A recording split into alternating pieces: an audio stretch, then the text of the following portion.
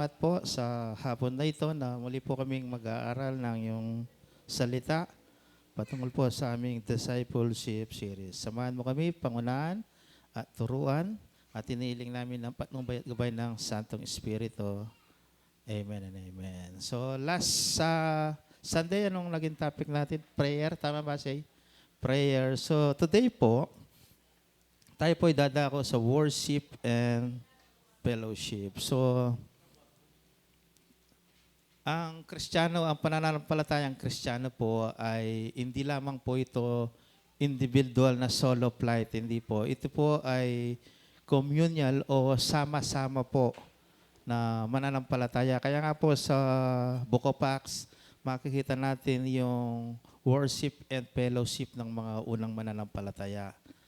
Sapagkat ang Diyos po ay tumawag sa atin hindi lamang po para sundin siya na mag-isa, kundi para sumamba at lumagupong sama-sama ang kanyang mga anak na tinawag po. So ang worship and fellowship po, hindi po ito optional, kundi ito po ay ang original na panawagan ng Panginoon sa mga mananampalataya. At makikita natin sa Book of Acts yan. Sabi po, sama-sama sila sa pananalangin. Sama-sama sila sa mga fellowship upang patuloy na sumamba at magpuri sa Diyos.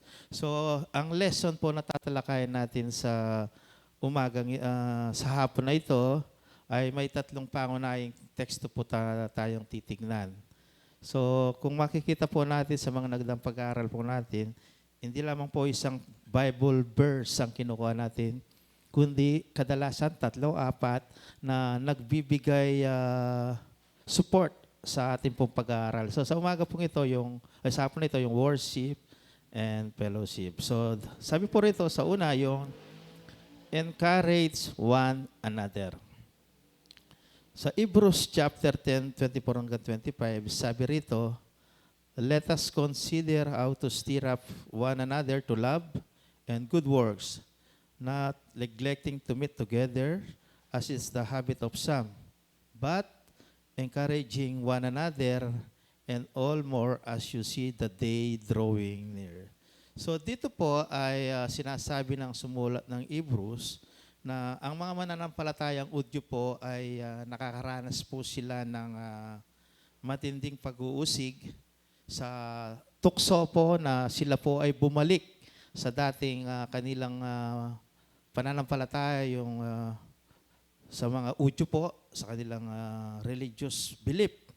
Subalit alam po natin na ito pong mga mananampalatayang mga Udyo na nakakilala sa Panginoon ay nakilala nila na ang kaligtasan ay sa pamamagitan ng Panginoong Yesus at siya'y dumating na sa ating kalagitnaan. Kaya ito po yung danger sa kanila. Sabi ng sumulat ng Hebrews na possible na bumalik sila sa dati kung sila po ay hindi magtutulungan. Kaya nga po dito, yung encourage one another. Mahalaga po yung encouragement sa bawat isa. Pag pinalitan mo yung encouragement, pwede itong discouragement one another. Ito yung negative na po niya, impact, di po ba? Ang encourage po o discouragement ay lahat po yan ay nanggagaling sa salita. Importante po yung salita na binibitawan natin ay nakakapag-encourage sa ating mga kapatid. For example po, atin yung dadalanan problema yung kapatid natin sa pananampalataya. Yung word mo, it's either discouragement yan o encouragement. Halimbawa, atin yung daralanan problema, mamangailangan nyo, akasabi mo sinabi mo, magtiwala ka kay nga pong Ginoo. Nanyo po ito, encouragement, discouragement. Pero kapag yung sinabi mo, manutang ka kitang Mumbai, nano ito? Discouragement. Discouragement. Magtiwala kay nga pong Ginoo, di po ba? So dito po, kasi po bawat isa po sa atin ay may mga pinagdadaanan. Amen? Iba't ibang klase ang dinadaanan. Mayroong maluwag, mayroong masikip, mayroong maiksi. Lahat po yan. Kaya nga po ang konteksto po nito, yung kabuuan po ng kabanata na pinakita ng Mayakda dito po sa Book of Hebrews, na ang kahalagahan po ng paglapit sa Diyos ng may pananampalataya, practical na utos po na manatili sa mga pagtitipon. Importante po yung pagtitipon natin, amen? Sa mga ating pong mga gawain. Kaya nga po, dito po sa Hebrews 24:25, tingnan po natin, i-digest po natin, yung salitang stir up one another. Pinapakita po na ang stir up one another, ito po yung intentional na pagpapasigla sa kapwa. Amen po? Layo nito na palakasin ang pananampalataya po ng bawat isa. Kasi po, alam po natin na ang pananampalataya po natin tayo po yung manlalakbay dito. So, napakahalaga yung mayroong nag-encourage sa'yo. Napakahalaga ng fellowship. Amen?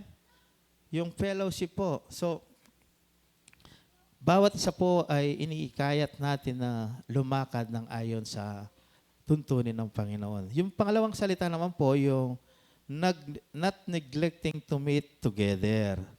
Ito po ay tumutukoy sa sadyang huwag nating ibaliwalahin ang mga pagtitipon. Mahalaga po yun. Pansinin mo, kapag may problema ka, yung nakabanding mo ay unbeliever. Ano pong mangyayari? Siyempre, dahil unbeliever siya, ang ipipid niya sa'yo, yung pananaw niya. Pero kapag ang nakabanding mo, ang kapatid mo, amen? Naroroon yung pinapalakas niya yung loob mo. Ini-encourage ka niya. Amen po? Di po ba napansin niyo po na kapag may sitwasyon, lalo na po rin ang masakit, di ba, Nengkay, atyo mo itang tao mahalaga kaya ka, sapat na atyoya ka rin, andiyan nga lang sasabihan. Di po ba? May encourage ka na ating dadami kaya ka. Pero nung ating pagdalanan bilang mananampalataya, mag-solo flight ka, na ano pong malyari? Lalo na kang atakin ng diablo. Kaya nga po, not neglecting to meet together.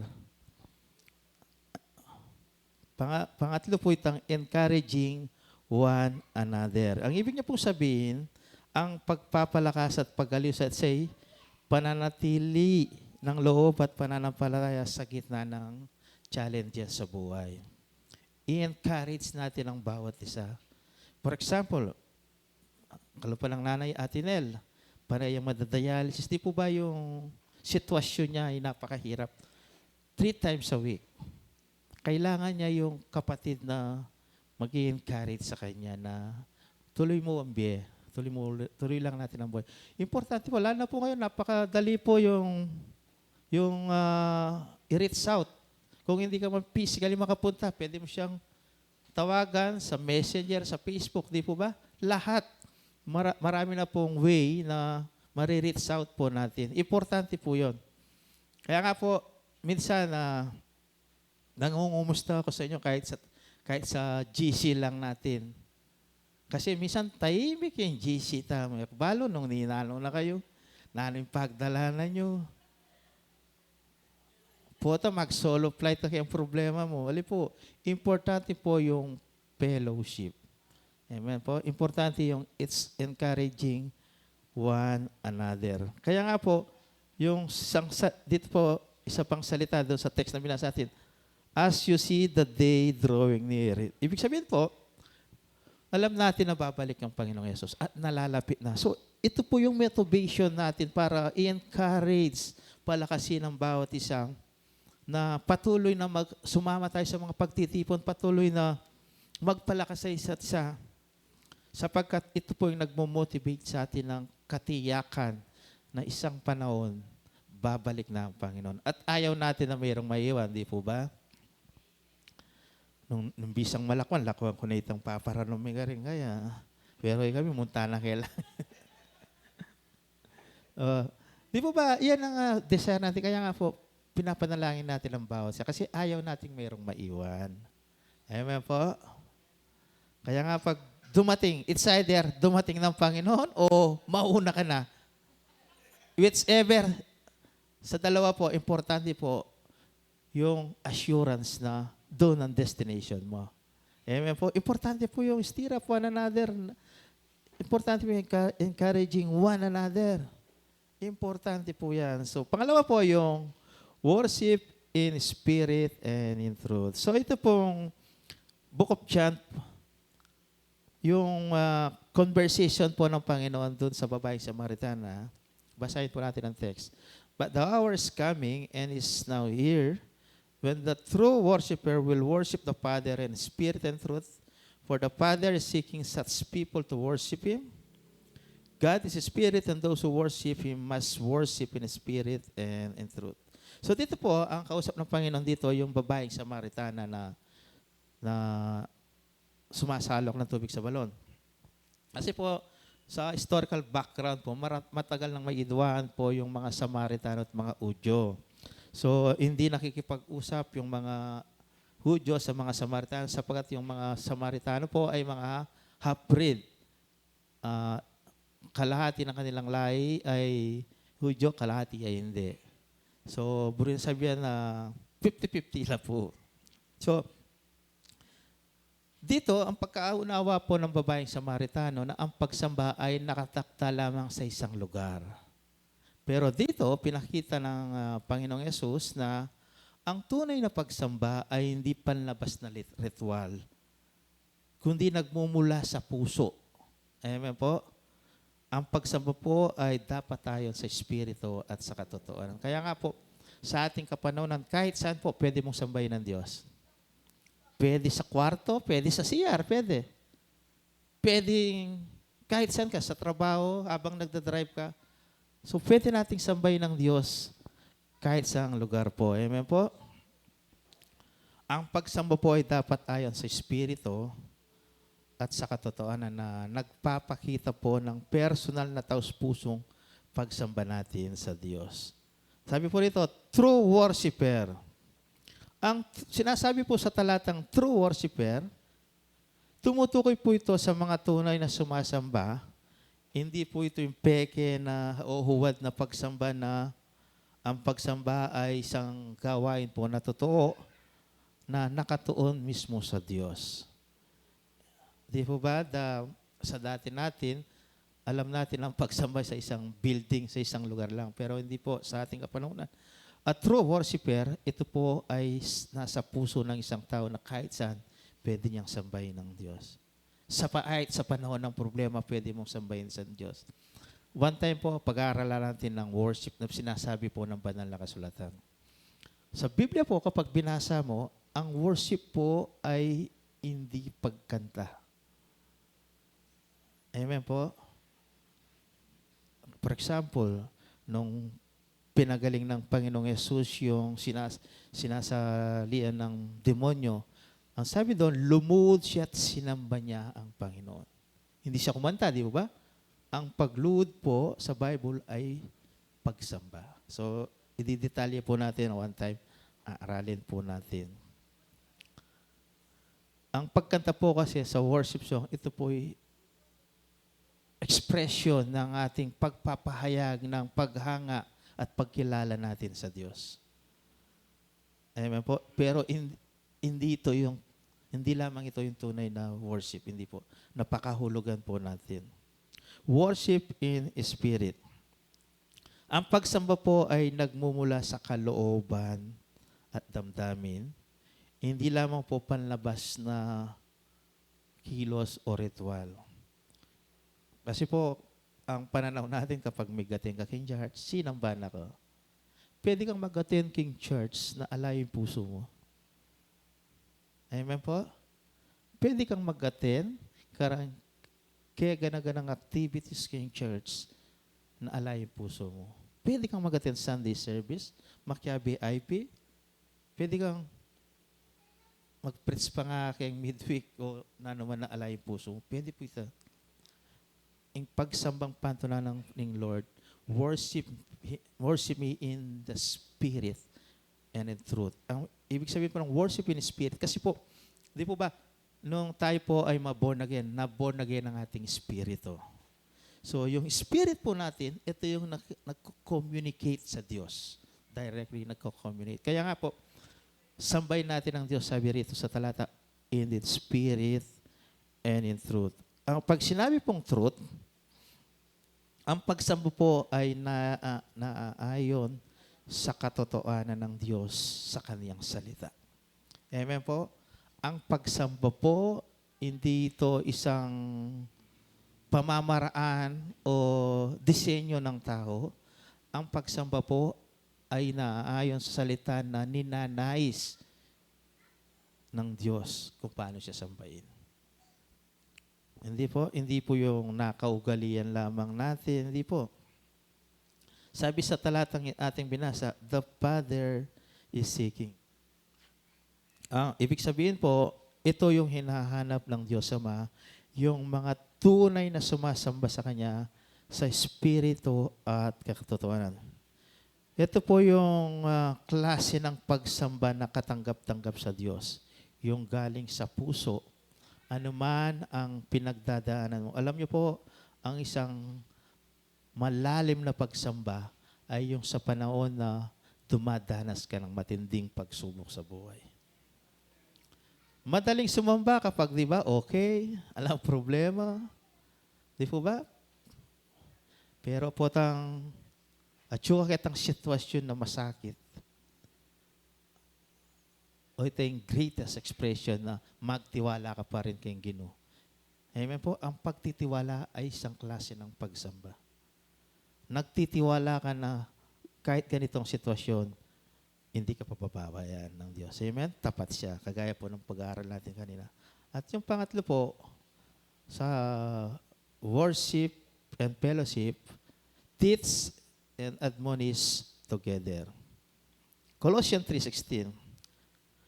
Let the word of Christ dwell in you richly, teaching and admonishing one another in all wisdom, singing psalms and hymns and spiritual songs with thankfulness in your heart to God. Sa Tagalog po, ang salita ni Kristo, yayain ninyong lubusang manatili sa inyong puso, turuan ninyo at paaalalahanin ng isa't isa ng may buong karunungan.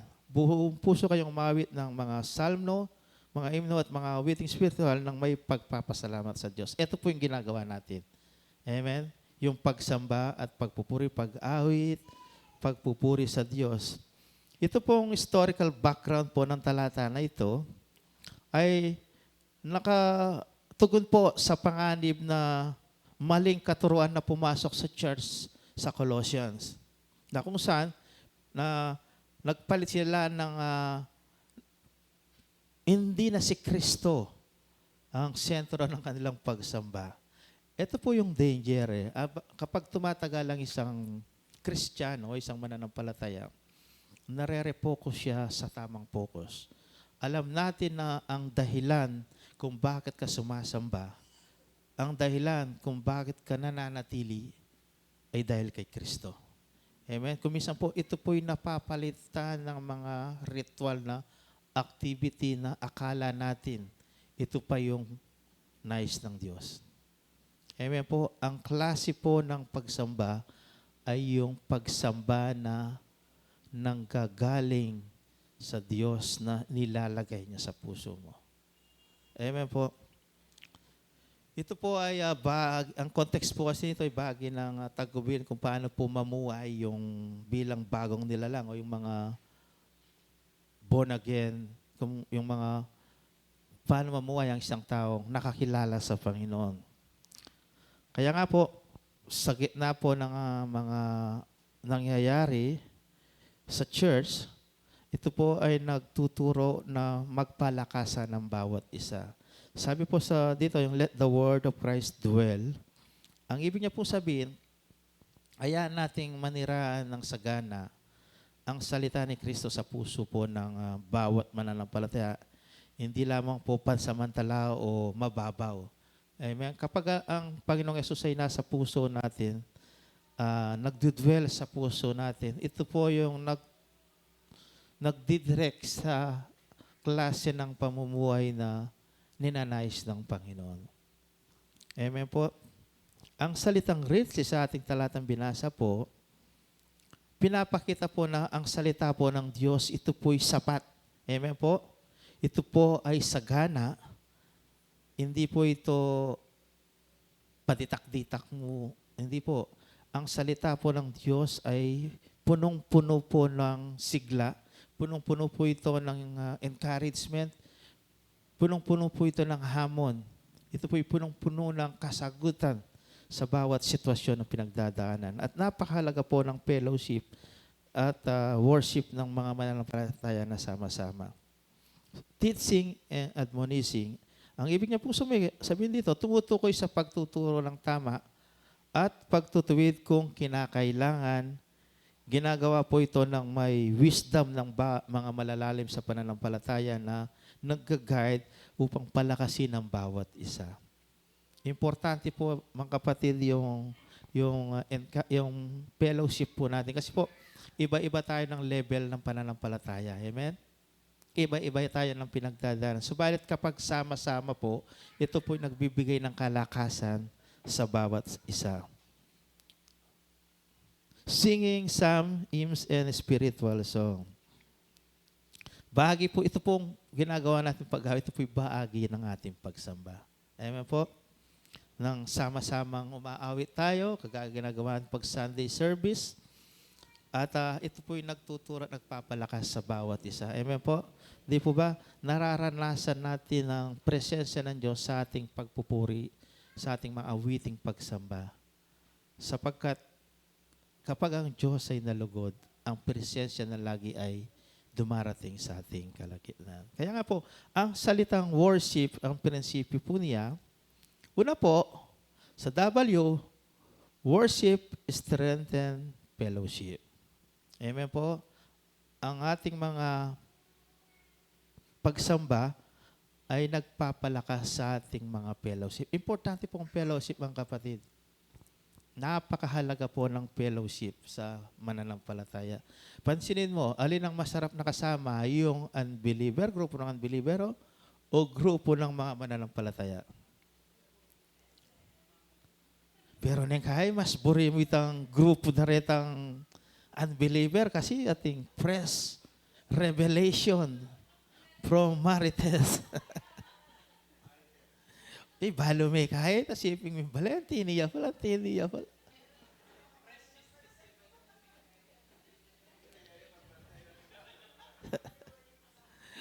Bala mo, makaride lang ang ka rin.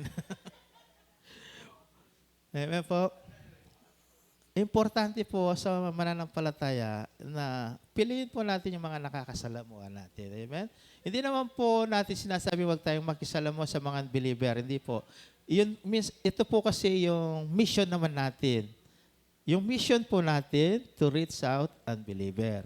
Pero pagdating sa fellowship, pagpapalakasan, mga believers po piliin mong kasamaan. Amen po? Amen po? Kasi po, sa panahon ng problema at pangihina, yung presensya po ng iba ay nagpapalakas sa isa't isa. Kaya po ng sinabi ko, di po po itang kwento, itang Magingalu, Chinese businessman. Balo itang kwento ka rin? Itang businessman na Magingalu na Peyaw snore hanggang anak no. Dintang na lang ang puring anak. Bigla yung mimuha. Bakit mimuhaya? Sabi niya, bakit kayo naririto? Sino bantay tindahan? Mamamatay niya mo itang negosyo pa rin ni Kengis yun na. Diyak yan po ito, teko Miley. Diyan ka usang load chika, sala, ko Miley.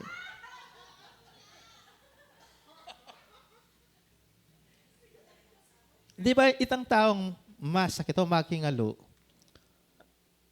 kaya reality po, aliwa naman detang kayamanan nilang buroy na kitang panahon na ito di ba?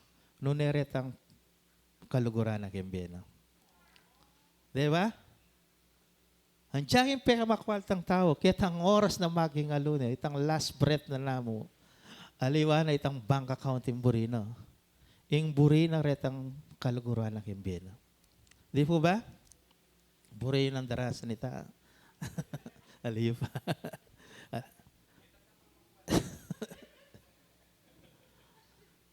Sa salitang worship, yung letter O. Obedience honors God. Amen po? Sabi ng Bible, Obedience is better than balo tayong balo. Obedience, ito'y nagbibigay ng honor sa Panginoon. Amen po? Hindi mo pwedeng bigyan ng honor ang Panginoon na hindi ka obedient sa Kanya. Ang tunay na pagsamba ay nakabatay sa pagsunod sa Diyos. Amen po? At ang letter po, obedience transform worship from ritual into lifestyle that pleases God. Ano po ang sunod na salita? R. Reverence is essential. Amen po?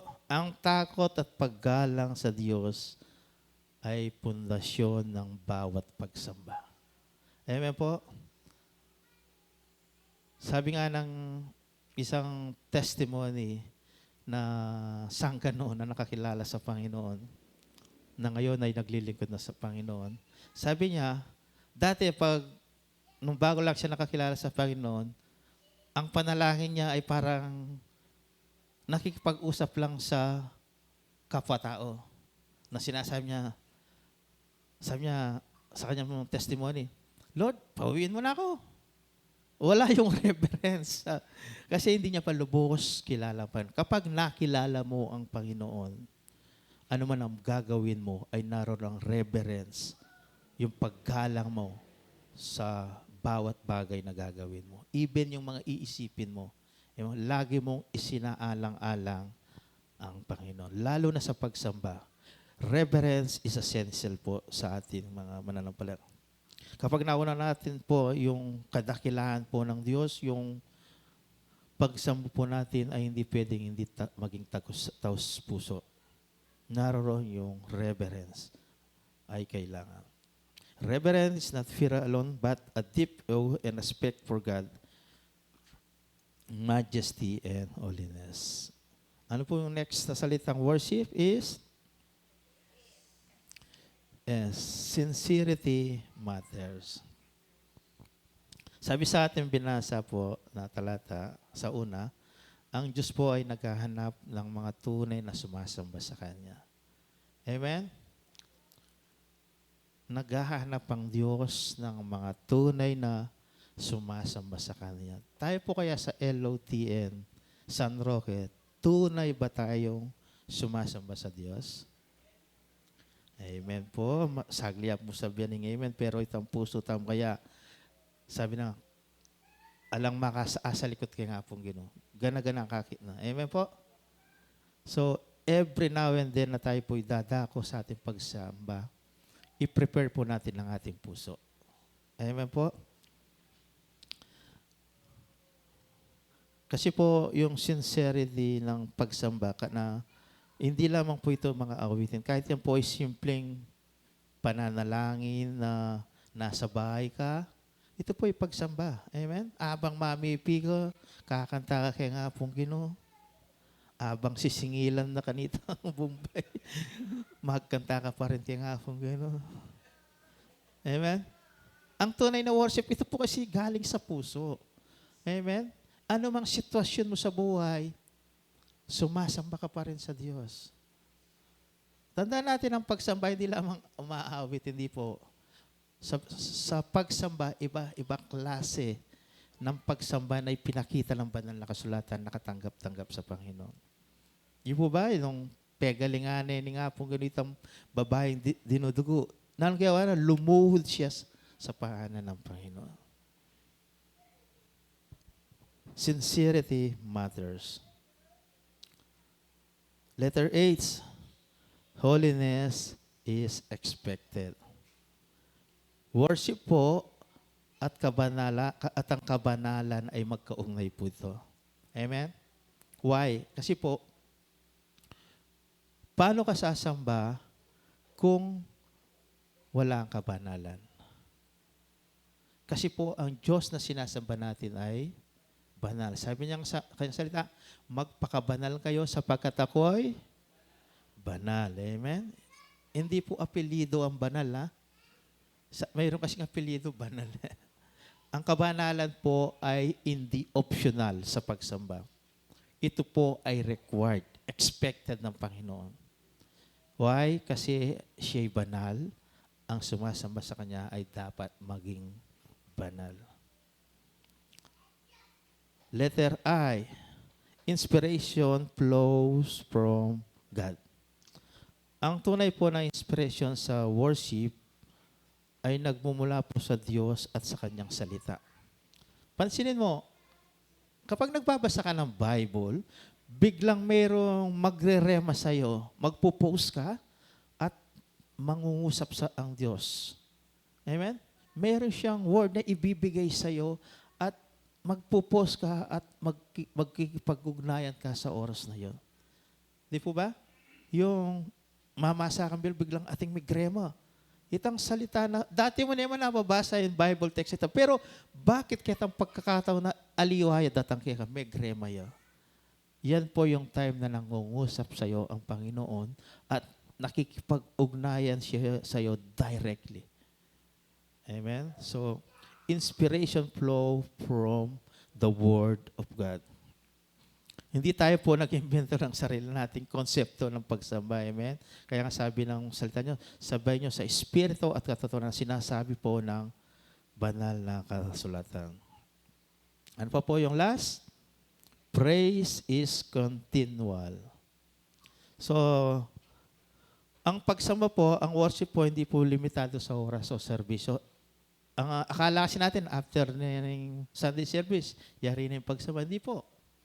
Tuloy-tuloy po ang pagsamba. Amen? Abang magmotor ko, pauli, you can worship God. Pwede mo siyang kausapin. Amen? Pwede kang manalangin. Yung mindset mo, yung puso mo ay nakatuon sa Kanya. Ano man ang ginagawa nyo, ginagawa natin. Amen po? Nagiging ano ang pagsamba ang lahat ng bagay kapag ang Diyos ang sentro at ang kadahilanan bakit mo ginagawa ito. Yan po ang worship. At tingnan naman po natin, ano yung gagawin natin? Ito naman po. So, sa word na fellowship po, tingnan natin yung mga salita na makikita po natin. Sa salitang fellowship po, itong gagawin natin. F, frequently gather. Huwag po natin gawing optional yung fellowship. Magdesisyon po tayo sa bawat pagtitiis po natin. It's either face-to-face. Ngayon po may online tayo. Amen? Ano po yung online natin? Ano po? Ay, dala yata balo. Midweek at saka IP. Bakit di taklarang mag-join?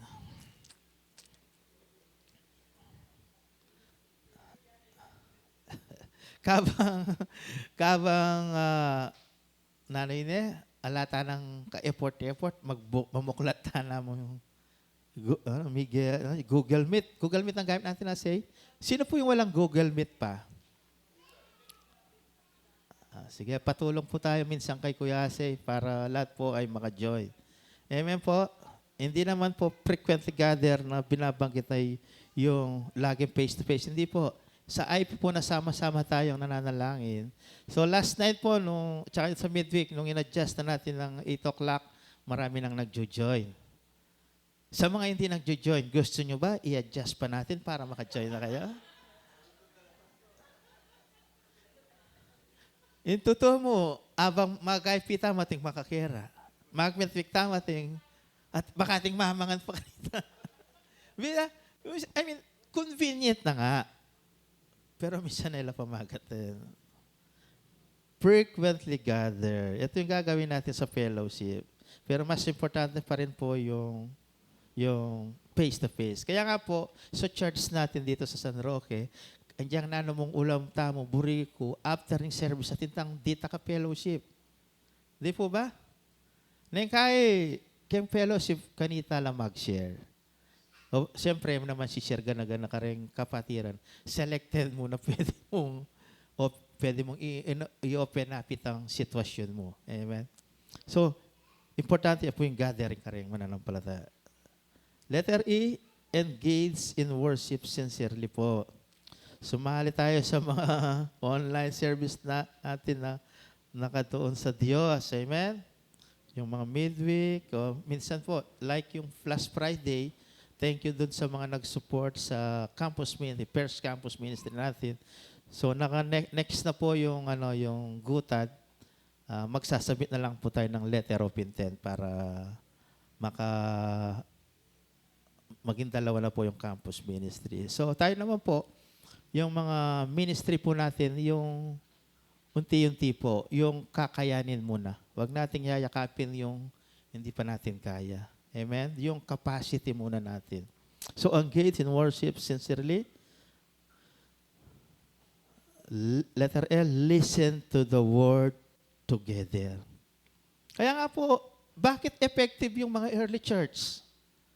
Yung early church sa Book of Acts, sama-sama sila sa pananalangin, sama-sama sila sa pag-aaral ng salita ng Diyos, sama-sama sila sa paggawit ng mga papuri at pagsamba. Kaya nga po, mapapansin natin sa Book of Acts na everyday, maraming dinadagdag ang Panginoon.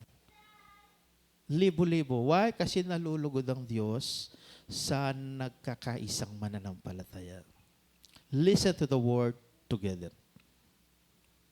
Letter L po, lift each other up. Huwag po nating iwan ang ating kapatid sa laban niya po sa buhay.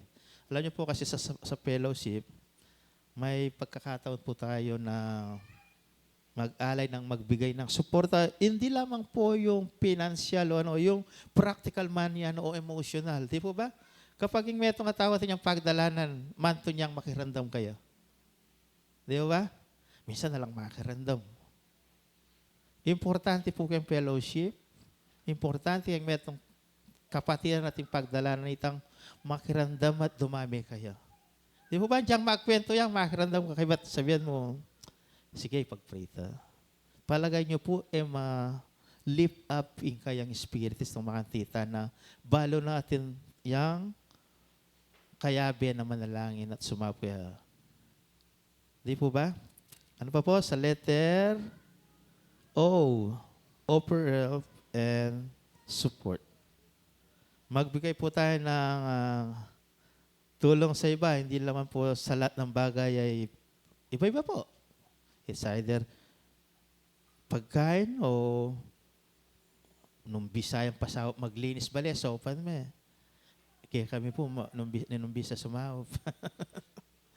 So, may mga bagay po na kung minsan ay sa atin ay maliit na bagay, pero sa ating kapwa na nasa ganong kalalagayan ay napakahalaga.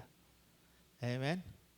Andiyan, alayang pamasahe, dyan yan mong pamasahin jeep. Di po ba malilip up yun? Kasi ating magmalasakit kayo. Muli na kayo po. Alipureta mo, parents ko. Pwede na kayo ang Unistay. Letter. Sa fellowship po, ano po yung susunod na letter? Worship together. Ano pong kasunod?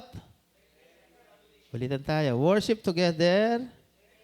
Regularly. Hindi seasonal. Amen? Naaga na ako niyang karagaliwang church. Yung pang-Kristiyano da seasonal. Balo yan po seasonal. Magatan niya itong anniversary. Itong Christmas party. Magatan la itong birthday. Oy, tingaw sandang seasonal Christian. Di po ba? Putang kay, simbala rin aliwa, kalagitnaan. Putang kay, kita alafalwal, di po ba? Manigarilyo lang. Dati po kasi sisimba kami kining good church. Kaya pa Christian talaga kanto. So, ang regular na pagsamba po sa church ay nagbibigay po ng spiritual nourishment at mutual encouragement sa bawat isa. Amen po. Importante po. Kaya nga po, maka-bless na in church tamo po kayo. San Roque event na kaya raklan mga laot kayo po. Grace na po ng Lord, makapagpatuloy kayo na mag-attend pa mo rin kayo. So, pamilisan ko na po, last niya mo. Share testimonies. Amen? After ni service mo, magtaka ako kay MC, pamaligwanang agad. Kadalasan niya lang mag-testimony. Mag-testimony. Alaman mag-testimony po. Totoo mo. Ay alawa rin may bless kitang paramingo. At pero tahimik lang. Ako balo po tareng MC. At tanang agad mga nariyang ko na. So, importante po yung testimony. Amen?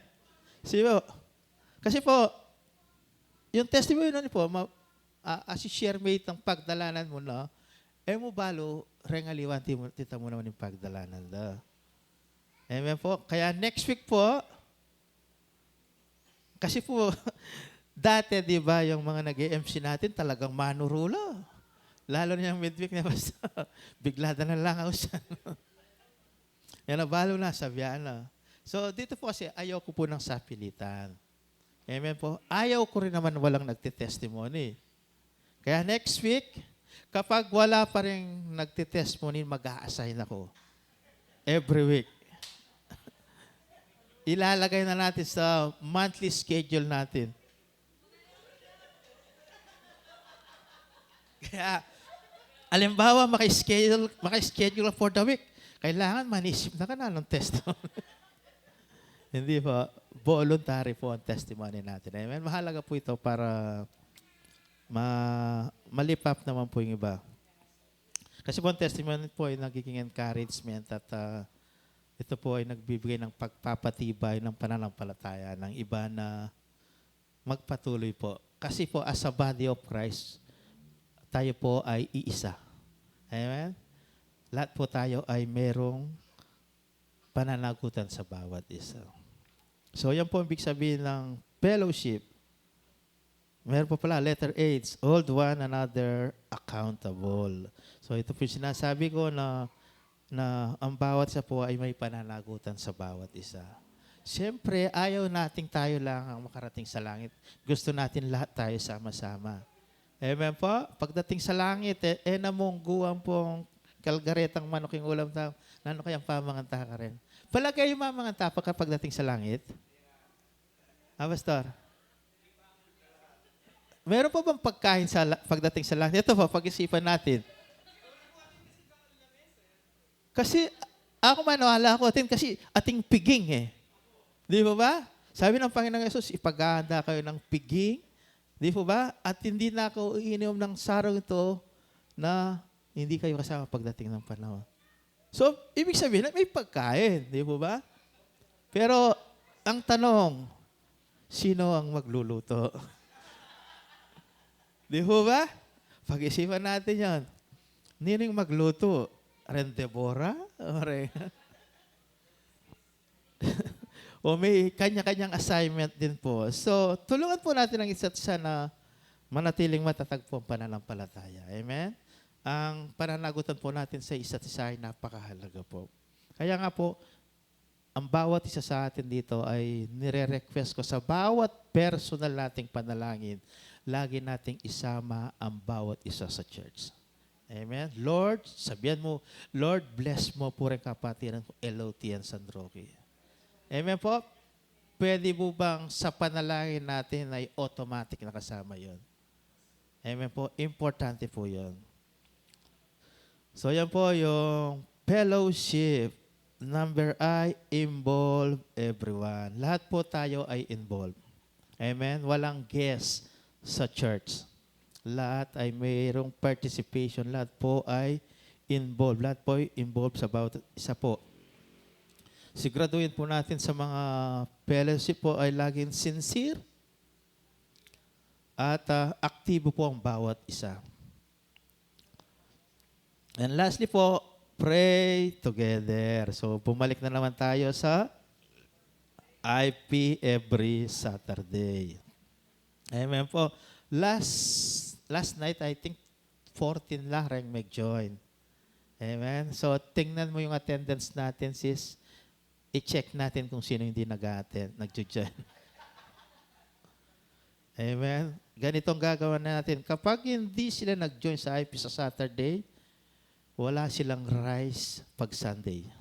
Ulam lang kakainin nila. Para kapag mamanganta mo, identify talaretang emek, yabek, yung IP. Alayang rice. Okay ba ta? Okay ba ita, sister? Sasamahin kasing mag-serve pa rin. Ela Bisa rin. Yut. And yan po ang fellowship yung gagawin natin. And sa conclusion po, tapos na po tayo. Ang worship at fellowship ay hindi simpleng programa po ng church. Kundi po ay life o buhay o ugnayan ng Diyos at saka kapwa mananampalataya po natin. Sa sama-samang pagsamba po natin, lumalakas tayo at nakikipag-ugnayan at tumitibay ang pananampalataya. Ito po yung challenge. Dapat maging priority ng iyong buhay ang pagsamba at pakikipag-fellowship upang sama-sama tayong lumago bilang katawan at bahagi ng katawan ng ating Panginoong Yesus. Tayo po'y manalangin. Hallelujah. Tayo pong lahat ay magsitayo. Panginoon, salamat sa hapon na ito at sa patuloy na discipleship series na binibigay mo po sa amin ng kahalagahan ng worship and fellowship na sama-sama ng mananampalataya. Nawa, Lord, ito po ay hindi lamang isang kaunawaan, kundi ito po ay maisabuhay po namin at bigyan mo kami ng grace na magawa po namin ito. Sa pangalan po ng Panginoong Yesus, ito po ang aming panalangin. Amen.